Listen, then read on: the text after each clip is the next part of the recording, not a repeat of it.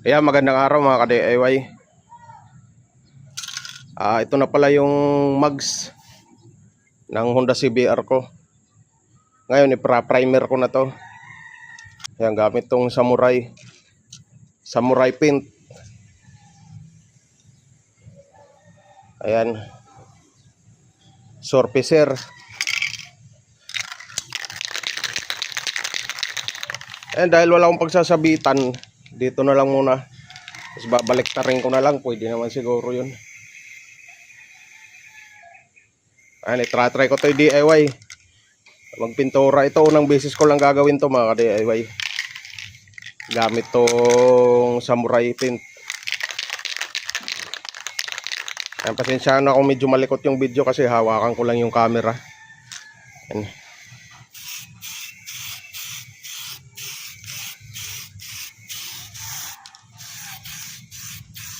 Dahan-dahan lang yung ano ko dito.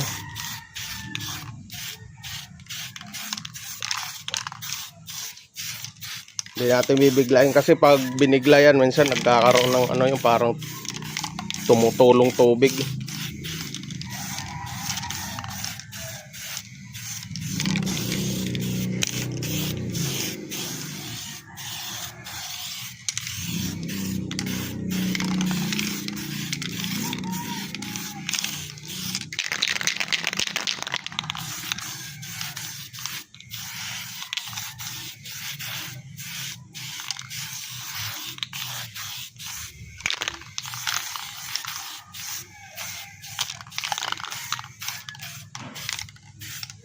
Yan, mga singit-singit dyan, oh. Yung bandang ilalim niyan, pag binaliktad yan, maano rin yan, maaabot.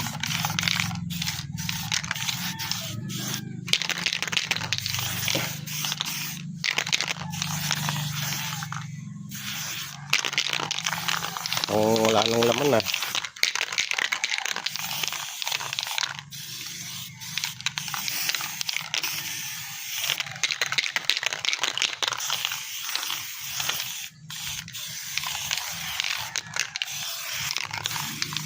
Ayan.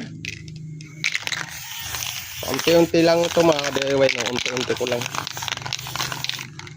Yung medyo parang matutuyo na yung pintura, saka ko pa pinapatungan. Kasi pag makapal yan, medyo matagal din matuyo.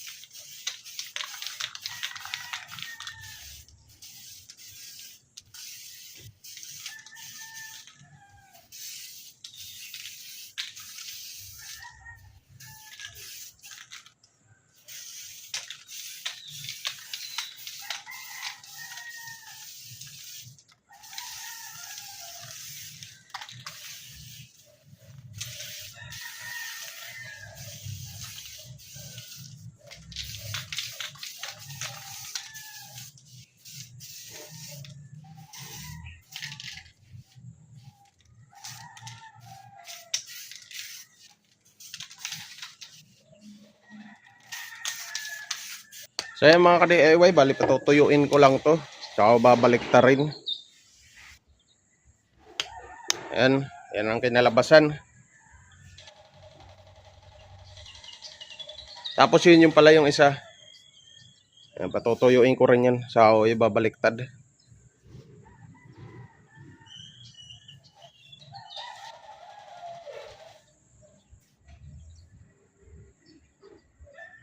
Ayan mga ka-DIY, pagkatapos ko i-primer yan, ito na yung final na kulay niya.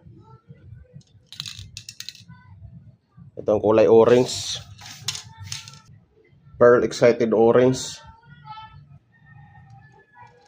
Ayan, bali tatlo to. Ayan, kasi kulangin kaya tatlo na yung binili ko. Ngayon, ano ko na, pa-final. Hindi pa pala final to kasi itatapot ko pala to. Samurai paint din. Tatapot ko. Pasensyahan nyo na kung hindi nagpo-focus minsan yung video ko sa ginagawa ko.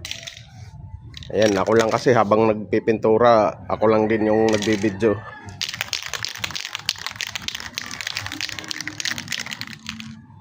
Ayan, bugahan ko na.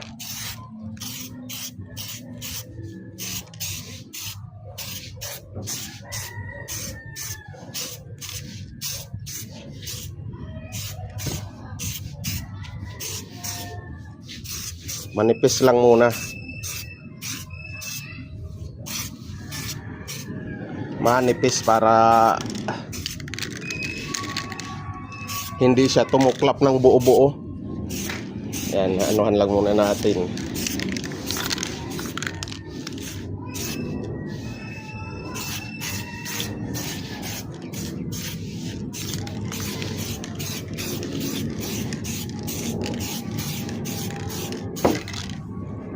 Kasi pag binigla natin yan, yun ang cause minsan na tumutuklap siya na buo-buo.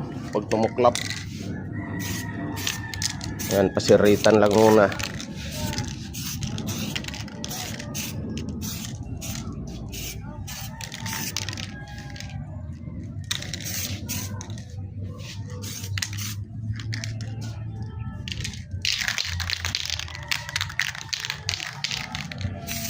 Yan, dito naman sa kabila.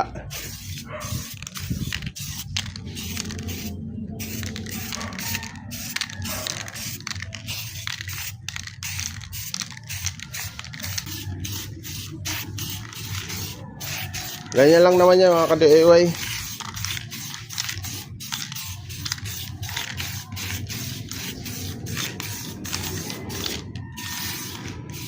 Medyo mahangin, nasa tuktok kasi ako ngayon, oh. Hangin.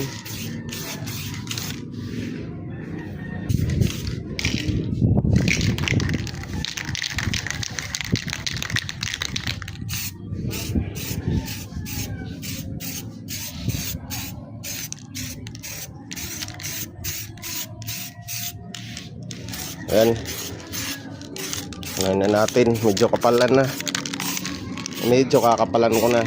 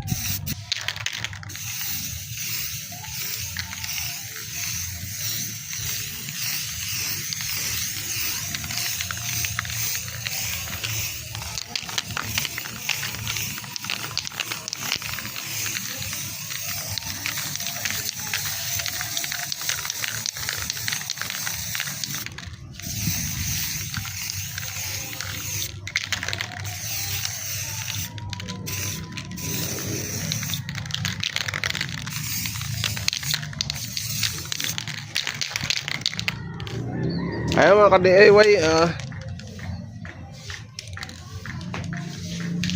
ipapakita ko na lang yung finished product mamaya. Di ko rin naman mabidyohan ng maayos.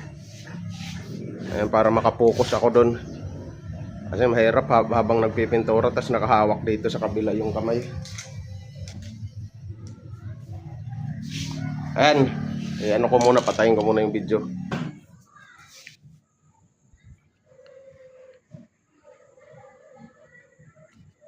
Ayan na nga mga ka-DIY, hindi ko na naipakita lahat yung pagpintura. Ayan. Natapos ko na siya. Tapos naipakabit ko na rin yung gulong. Ayan. Pati mga bearing, naikabit ko na. Yan, yung bearing ngayon ko lang kinabit yan. Puro bago.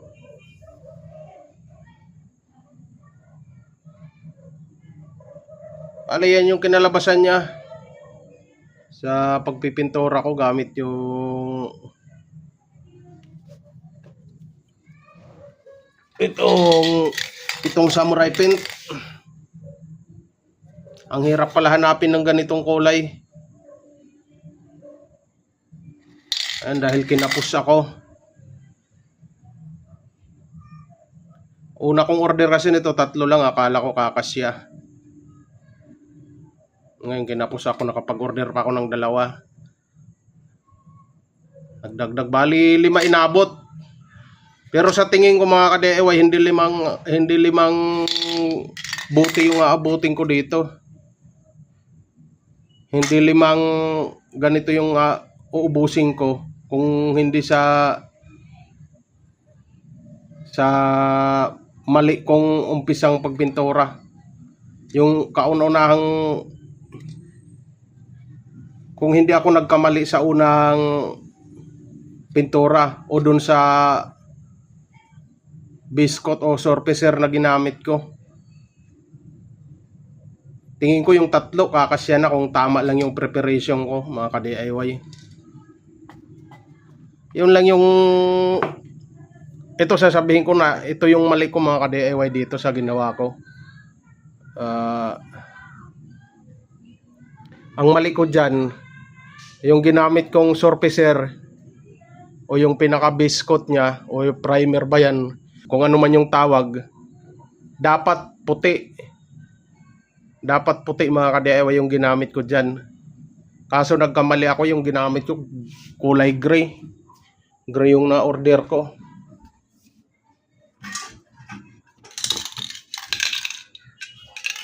Yan. Saan na yun? Ay, hindi to. Clear to. Wala yung, ganito. Ganito ba naman yung ginamit kong bis? DIY. Akala ko kasi nung in-order ko to, akala ko light. Light color siya. Pero pag spray ko dito, dark pala. Kaya doon na ako nahirapan palitawin yung kulay na yan nung una ko palang spray ng doon ko na nga na-realize na mali yung ginawa ko. Ang hirap palitawin ng ganitong kulay dahil sa mali yung preparasyon ko. Mga ka-DIY. Dapat yung ginamit ko dito, yung surfacer na ginamit ko kahit puti. Ay, yung puti, the best talaga puti. Kasi pag puti, lilitaw ka agad. Ayan mga ka-DIY. Pero, ayun nga, tsinaga ko lang. Yun nga lang, kumonsumo ako ng napakarami nito, 5. Para lang mapalitaw ko talaga yung kulay na yan. Ayan, yan lang yung hirap sa nagdi-DIY. Ayan. Minsan, di maiwasan talaga magkakamali. Pero ganun pa man yan, natapos ko na siya. Ayan, hinabol ko nga ikabit yung bearing para bukas maikabit ko na dun sa motor. Ayan gabi nga ngayon gabi na. Pinilit ko lang tapusin ngayon. Ayan, para maikabit ko lang. Kaya mga ka-DIY, dapat pala talaga kahit papaano magtanong-tanong din tayo sa sa marunong. Para smooth yung trabaho. Pero yung sa akin yan, napalabas ko naman siya. Okay naman yung kinalabasan ng kulay.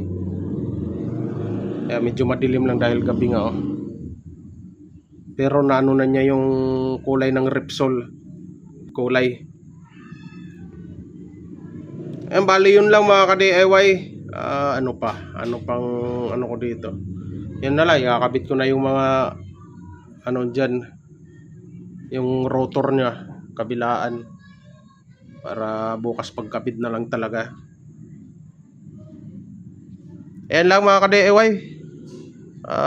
Bago tayo mag-DIY, mas maganda talaga magtanong-tanong muna sa marunong para iwas sablay. Pero di naman malaking ano yun. Di naman malaking pagkakamali yun dahil nairaos ko naman. Iniisip ko na lang na ano yun. Isa na namang kaalaman na natutunan ko. Panibago na namang kaalaman, ganyan. Ayan, yun lang mga ka-DIY. Ayan, pakita ko yung likod. Parehas na yan. Yan ang kinalabasan niya.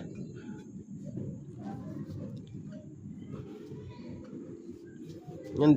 Kaya di ko na naipakita talaga yung pagpintura niyan. Dahil minamadali ko minsan, tinatamad kasi ako mag-video lalo na pag tutok ako sa ginagawa ko. Kaya minsan dinidiro-diretso ko yung gawa. Ano yan, may top coat yan mga ka-DIY. May clear na top coat yan. Tatlo din yung nailagay ko dyan na top coat.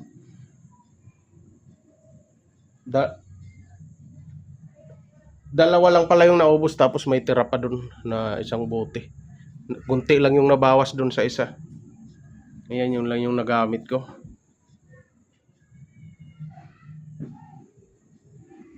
Kaya mga ka-DIY, yun lang. Medyo nahirapan talaga ako magpalitaw ng tunay niyang kulay dahil sa dun sa pagkakamali ko. Ayan.